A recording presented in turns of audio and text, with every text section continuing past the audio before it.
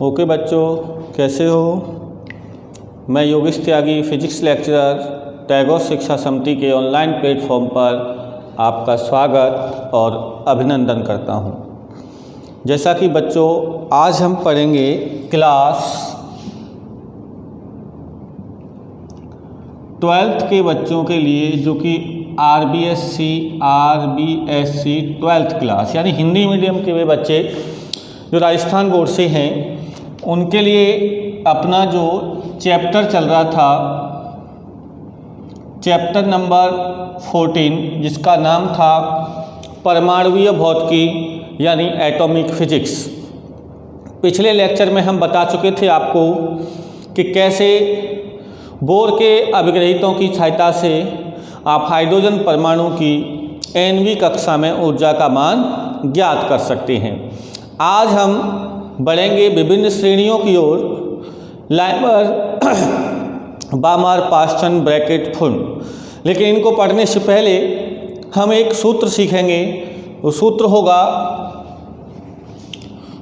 होगा ऋण वर्ग सूत्र।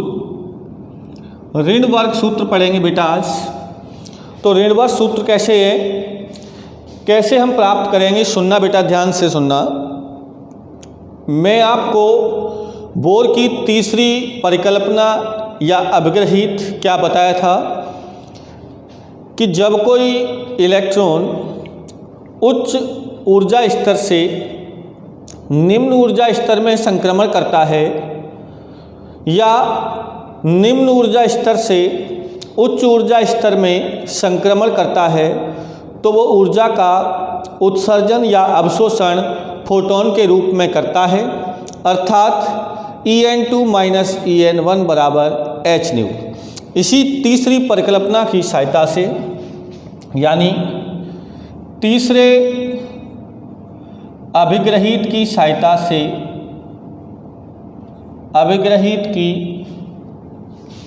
सहायता से, क्या पढ़ा था हमने? hν बराबर En2 माइनस En1। N2 क्या है बेटा? N2 है उच्च ऊर्जा स्तर। N2 क्या है बेटा? यहाँ पर उच्च ऊर्जा स्तर। और N1 क्या है?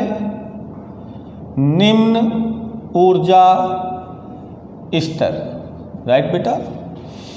तो अब हम क्या करते हैं, इस सूत्र को आगे ले जाते हैं। तो हम पहले एक वैल्यू पढ़ चुके हैं, यानी nवीं कक्षा में ऊर्जा, हाइड्रोजन परमाणु की nवीं कक्षा में ऊर्जा का फॉर्मूला आया था बेटा -r'/n²। किसके लिए?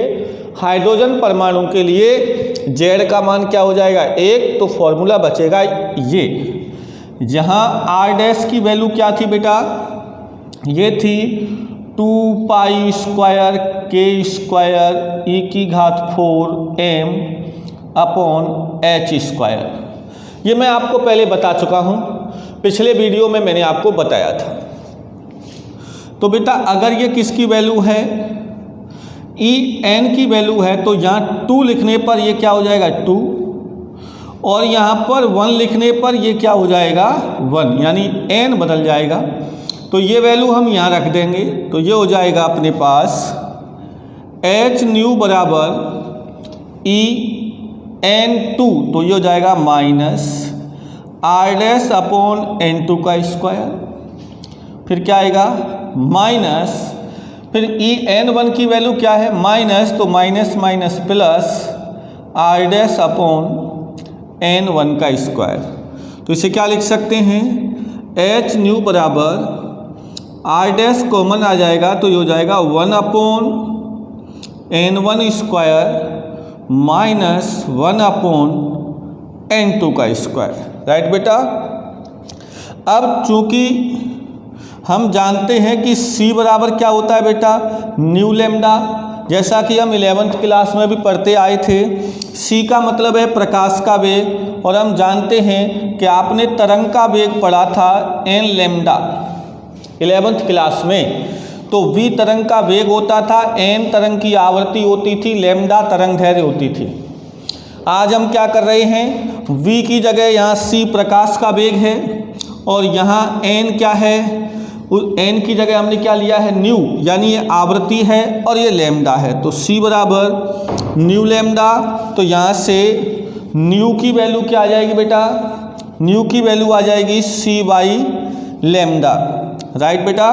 तो अब हम क्या करते हैं, ये वैल्यू यहाँ पुट कर देंगे तो ये हो जाएगा h c by lambda equal to r dash 1 upon n1 square minus 1 upon n2 square. हम इसको क्या लिख सकते हैं, 1 upon lambda into H C बराबर r dash 1 upon n1 square minus 1 upon n2 square. H C कहाँ है बेटा, मल्टीप्लाई में है, इसको हम इधर ले जाएंगे तो कहाँ चला जाएगा, डिवाइड में, ये हो जाएगा एच सी। तो यहाँ से बचा 1 upon lambda equal to R dash upon H C. तो देखिए आर डैश एक नियतांक है, एच प्लांक नियतांक है, ये ऑलरेडी नियतांक है, सी प्रकाश का वेग भी एक नियत राशि है। तो हमें एक नया नियतांक मिल जाएगा जिसे मैं आर नाम दे दूंगा। क्या नाम दे दूंगा, R. 1 upon n1 square minus 1 upon n2 square. तो बेटा ध्यान देना कि हमारे पास किसका सूत्र आ गया है, 1 अपॉन लैम्डा का सूत्र आ गया है, और ये है r equal to 1 upon n1 square minus 1 upon n2 square. और n1 क्या है और n2 क्या है मैं आपको पहले बता चुका हूँ। अब बात आती है कि यहाँ पर किसकी वैल्यू बेटा, r dash upon H C की जो वैल्यू होती है ये कितनी होती है, तो ये होती है बेटा 1.097 गुणा 10 की घात 7 प्रति मीटर। ये किसकी वैल्यू है, r dash upon H C की। प्रति मीटर क्यों है, क्योंकि लैम्डा क्या होती है बेटा, तरंग दैर्घ्य, और तरंग दैर्घ्य का क्या होता है, मात्रक मीटर, और लैम्डा कहाँ है, नीचे, तो मीटर कहाँ जाएगा, नीचे। सेंटीमीटर में कोई मान पूछता है तो इसका सेंटीमीटर मान होता है 109,677 पर सेंटीमीटर। कोई दिक्कत नहीं है, मीटर को सेंटीमीटर में बदलने के लिए किससे डिवाइड करेंगे, 100 से। 100 से ये कितना रह जाएगा, 10⁵ यहाँ से पॉइंट हटाएंगे तो इस प्रकार की ये वैल्यू। तो ये किस में बेटा, मीटर में है, ये किस में है, सेंटीमीटर में है। लेकिन एक बात और ध्यान देनी है कि इस 1 अपॉन लैम्डा को तरंग संख्या भी कहते हैं। क्या कहते हैं बेटा, तरंग संख्या कहते हैं, जिसे न्यू बार से लिखा जाता है। किससे लिखा जाता है, न्यू बार से। ध्यान देना, 1 अपॉन लैम्डा को क्या कहते हैं, तरंग संख्या न्यू बार। तो बेटा अगर न्यूमेरिकल में वो तरंग संख्या पूछता है तब तो आपको 1 अपॉन लैम्डा का सीधा सीधा ये मान निकालना है।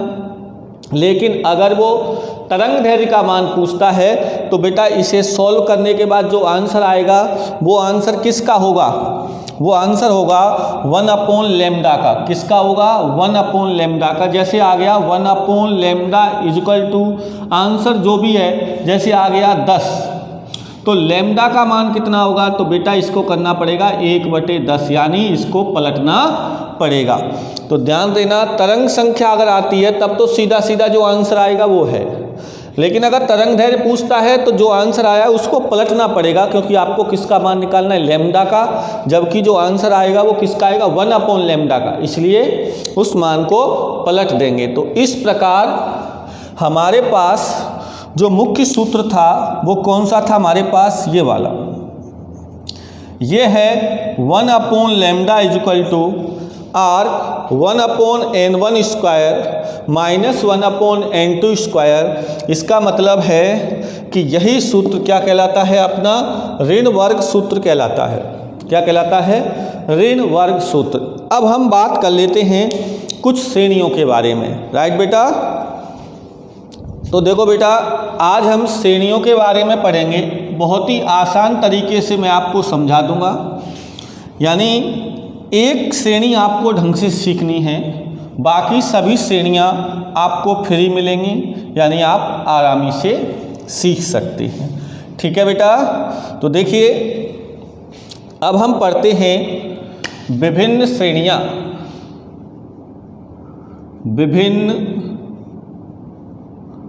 विभिन्न श्रेणियां। ठीक है बेटा, तो इन विभिन्न श्रेणियों में हमारे पास कौन कौन सी श्रेणी है। नंबर 1, पहली श्रेणी है हमारे पास लाइमन, दूसरी है बामर, लाइमन श्रेणी, बामर श्रेणी, तीसरे पर है पाश्चन श्रेणी, चौथे पर है ब्रैकेट श्रेणी और पांचवें पर है बेटा फुंड श्रेणी। इसे आप केमिस्ट्री में भी पढ़ते हैं।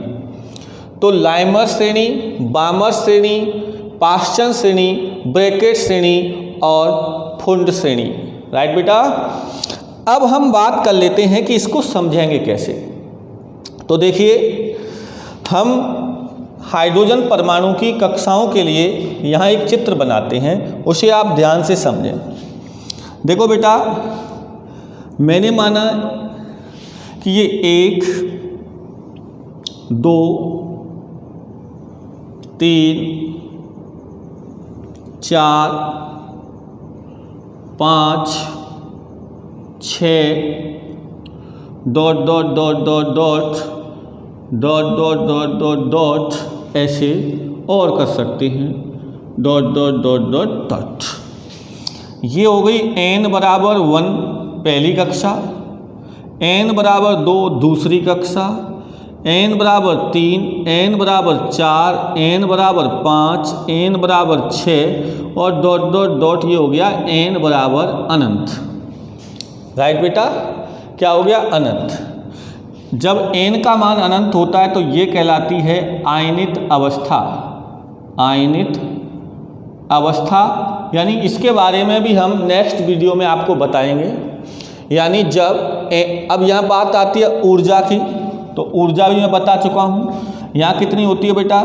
-13.6 इलेक्ट्रॉन वोल्ट, -3.4 इलेक्ट्रॉन वोल्ट, यहाँ होती है -1.51 इलेक्ट्रॉन वोल्ट, यहाँ होती है -0.85 इलेक्ट्रॉन वोल्ट और यहाँ n बराबर अंत में कितनी होती है? 0 इलेक्ट्रॉन वोल्ट। तो जब किसी इलेक्ट्रॉन के पास ऊर्जा का मान 0 इलेक्ट्रॉन वोल्ट होता है तो वो मुक्त हो जाता है, यानी जब उसकी ऊर्जा का मान, कुल ऊर्जा का मान धनात्मक या शून्य होने पर वह उस कक्षा से मुक्त हो जाता है और ये उसकी कहलाती है आयनित अवस्था, यानी वो उस परमाणु को छोड़ देता है। और जब परमाणु को छोड़ देता है तो वो अवस्था कौन सी कहलाती है? आयनित अवस्था। राइट बेटा, अब देखिए हम सबसे पहले पढ़ते हैं कौन सी श्रेणी? लाइमन श्रेणी।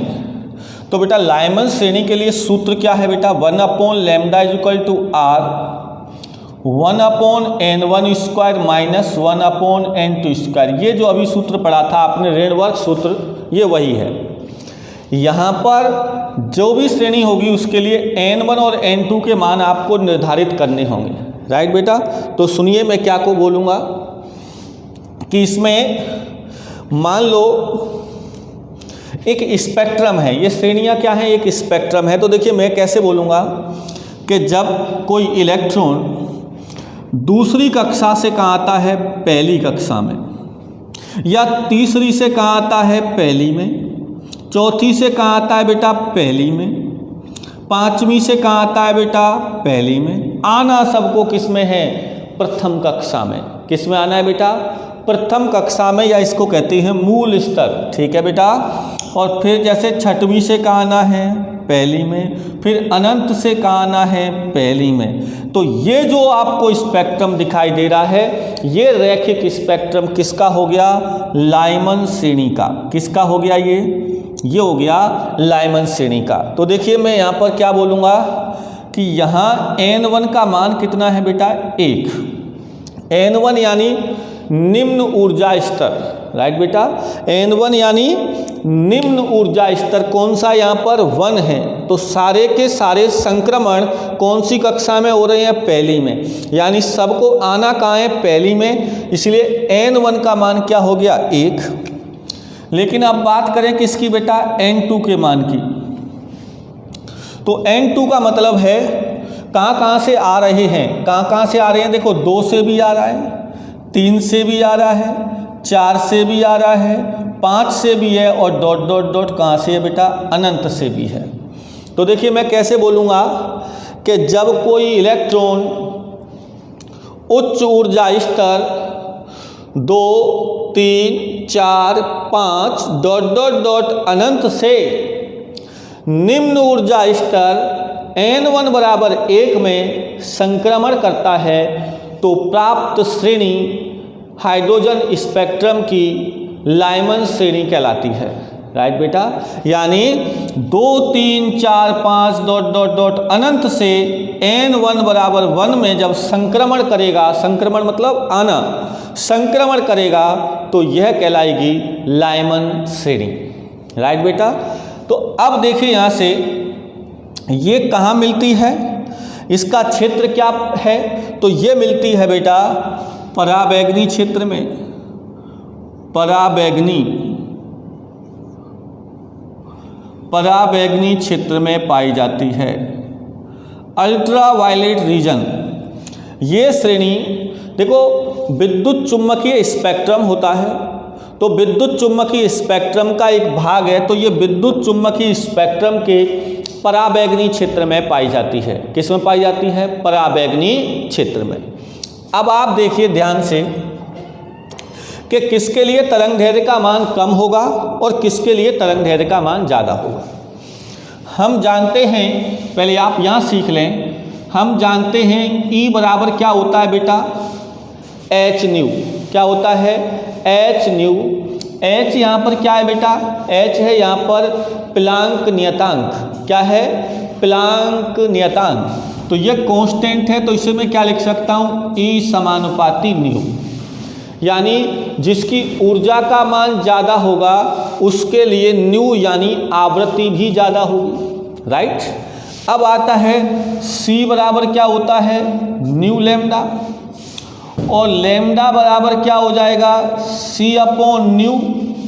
और C क्या है बेटा, कांस्टेंट है। C अगर कांस्टेंट है तो इसे क्या लिख सकते हैं, लैम्डा व्युत्क्रमानुपाती न्यू। इसका मतलब क्या हुआ बेटा कि अगर जिसकी ऊर्जा ज़्यादा होगी उसकी आवृत्ति ज़्यादा होगी, राइट।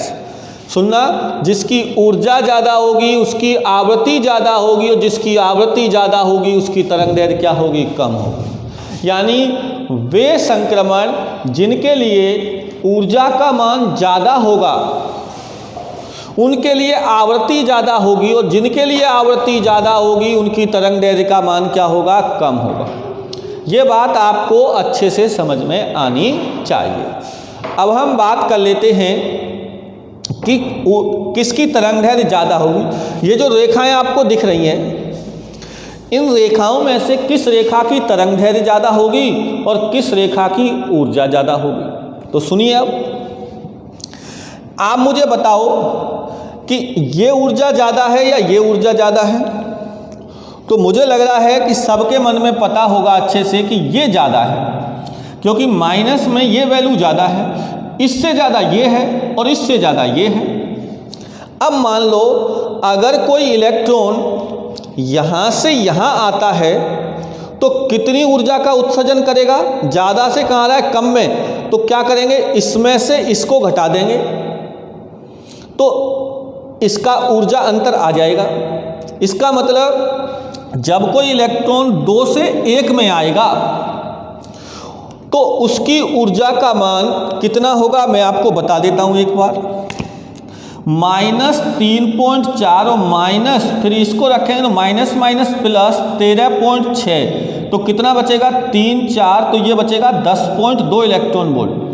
तो जब वो 2 से 1 में जाएगा तो कितनी ऊर्जा हो गई 10.2 इलेक्ट्रॉन वोल्ट। ये कहाँ है, जब वो 2 से कहाँ आ रहा है 1 में, और अगर 3 से 1 में आता है तो 3 से 1 में आता है तो ये कितना होगा -1.5 ही मान लो इसको, और माइनस माइनस प्लस 13.6, तो ये कितना बचेगा 12.1 इलेक्ट्रॉन वोल्ट। इसका मतलब क्या हुआ कि अगर 3 से 1 में आएगा तो ज़्यादा ऊर्जा उत्सर्जन करेगा, 4 से 1 में आएगा तो और ज़्यादा ऊर्जा उत्सर्जन करेगा।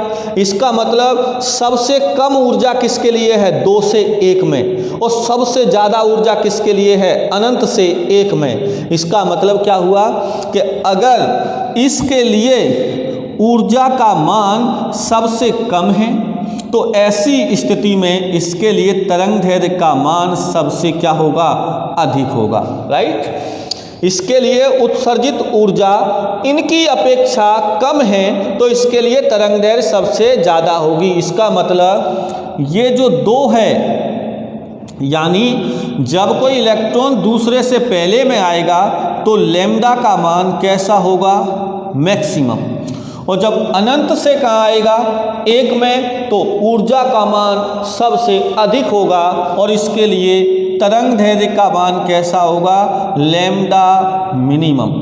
क्या होगा लैम्डा मिनिमम।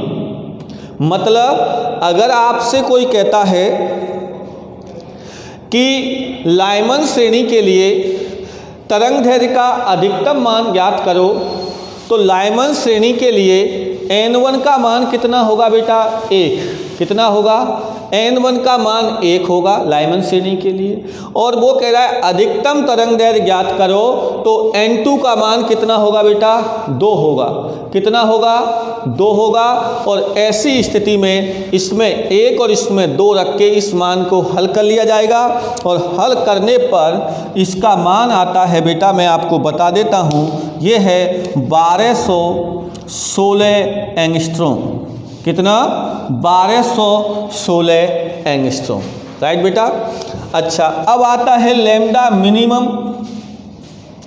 तो लैम्डा मिनिमम के लिए क्या करना है, n1 का मान तो लाइमन श्रेणी के लिए क्या रहेगा 1, और n2 का मान लैम्डा मिनिमम के लिए कितना होगा अनंत होगा। देखो बेटा अनंत होगा तो इसे हल करेंगे अपन, तो देखिए क्या आ जाएगा, ये वैल्यू जो आएगी इसे आपको याद भी रखना है, जो आपको काम आएगी। तो ये हो जाएगा बेटा 1/λ = r। n1 का मान लाइमन के लिए कितना है 1, तो 1 का स्क्वायर माइनस n2 यानी लैम्डा मिनिमम न्यूनतम तरंग दैर्ध्य के लिए n2 का मान कितना है अनंत, और अनंत का स्क्वायर करेंगे तो अनंत, और बेटा 1 / अनंत का मान क्या होता है 0, तो ये हो जाएगा 0। यहाँ से बचेगा 1/λ 1 स्क्वायर यानी 1, तो यहाँ से बचेगा r, तो लैम्डा = कितना आएगा बेटा 1/r। इसका मतलब और इसका मान आपको याद रखना है बेटा 912 एंगस्ट्रॉम। ये बहुत काम का मान है। क्यों बेटा, अगर आप किसी भी श्रेणी के लिए जब इस सूत्र को सॉल्व करेंगे तो ये तो निश्चित है कि 1/r आना ही आना है। अगर आप r का मान 1.097 10⁻7 पर मीटर रखोगे तो गणना करने में आपको कठिनाई होगी, इसलिए आप सीधा 1/r का मान 912 एंगस्ट्रॉम, और यदि r का मान पूछता है तो 1/912 एंगस्ट्रॉम आप उस न्यूमेरिकल में रख के उसे हल कर सकते हैं, राइट बेटा। अब देखो, अगर मान लो लैम्डा मैक्सिमम पूछा उसने तब तो आप कर दोगे। अगर वो कहता है लाइमन श्रेणी के लिए दूसरी रेखा की तरंग दैर्ध्य का मान ज्ञात करो, तब भी वही है।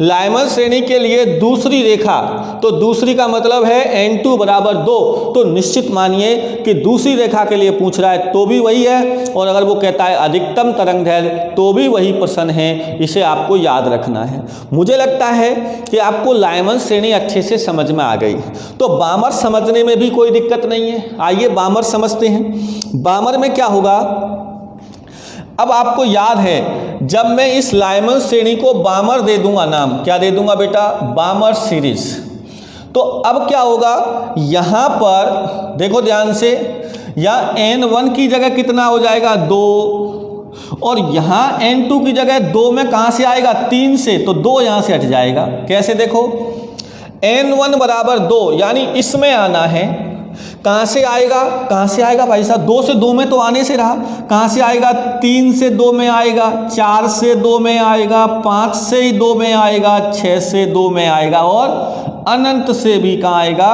2 में, तो मिल जाएगी आपको बामर श्रेणी, राइट। यानी n1 का मान 2 है, n2 का मान कितना होगा, 3 से आएगा, 4 से आएगा, 5 से आएगा और अनंत से आएगा। अब इसमें अधिकतम तरंग दैर्ध्य कब आएगी, तो बामर के लिए n1 बराबर 2, n2 का मान कितना हो जाएगा 3, तो मैक्सिमम तरंग दैर्ध्य मिल जाएगी। और न्यूनतम तरंग दैर्ध्य के लिए क्या आ जाएगा, अनंत हो जाएगा। बहुत आसान है बेटा, बहुत आसान है। और कोई कहता है साहब ये किस क्षेत्र में पाई जाती है, तो मैं आपको बता दूं ये पाई जाती है दृश्य क्षेत्र में। हाइड्रोजन स्पेक्ट्रम की बामर श्रेणी विद्युत चुम्बकीय स्पेक्ट्रम के दृश्य क्षेत्र में पाई जाती है। किस में पाई जाती है बेटा, दृश्य क्षेत्र में। पहली किसमें, पराबैंगनी में, दूसरी कौन सी, दृश्य क्षेत्र में। और बहुत आसान है कि अगर पहली किस्में है पराबैंगनी, दूसरी किस्में है दृश्य क्षेत्र में, और ये तीनों, ये विजुअल रीजन हैं, और ये तीनों पाई जाती हैं अवरक्त, इंफ्रारेड रीजन, अवरक्त क्षेत्र में। ये तीनों अवरक्त क्षेत्र में, पहली पराबैंगनी, दूसरी दृश्य क्षेत्र में, और तीसरी किस में पाई जाती है, बाकी की तीनों किस में पाई जाती हैं, अवरक्त क्षेत्र में। मुझे लगता है अब आप देखिए बामर के बाद ले लेते हैं पाश्चन। तो बेटा पाश्चन के लिए क्या आ जाएगा, n1 का मान 3, और यहाँ कितना हो जाएगा बेटा, मैं यहाँ लिख देता हूँ 4 5 6 डॉट डॉट डॉट अनंत। तो 4 के लिए क्या मिलेगी, मैक्स। देखो कहाँ से, ध्यान देना इधर आप, विशेष कहाँ से आएगी बोलो, 4 से, कहाँ नहीं है 3 में, 3 में, 4 से 3 में, 5 से 3 में, 6 से 3 में, अनंत से 3 में, तो ये मिल जाएगी पाश्चन। ऐसे ही ब्रैकेट, ब्रैकेट कहाँ आएगी 4, ये हो जाएगा 4, यहाँ क्या आ जाएगा 5, यानी 5 से 4 में, 6 से 4 में, अनंत से 4 में, तो ये क्या हो गई ब्रैकेट। और फुंड के लिए क्या आ जाएगा, यहाँ 5, और यहाँ क्या आ जाएगा 6 7 8 डॉट डॉट डॉट, यानी 5 में आएगा कहाँ से, 6 से, और भी मान लो 7 से, और कहाँ से, अनंत से। ये कौन सी श्रेणी हो जाएगी बेटा, फुंड श्रेणी। तो इस प्रकार लाइमर, बामर, पाश्चन, ब्रैकेट, फुंड श्रेणियों को समझा जा सकता है, और इससे संबंधित न्यूमेरिकल भी सॉल्व किए जा सकते हैं। तो इस प्रकार हमने सीखा विभिन्न श्रेणी। धन्यवाद, नमस्कार।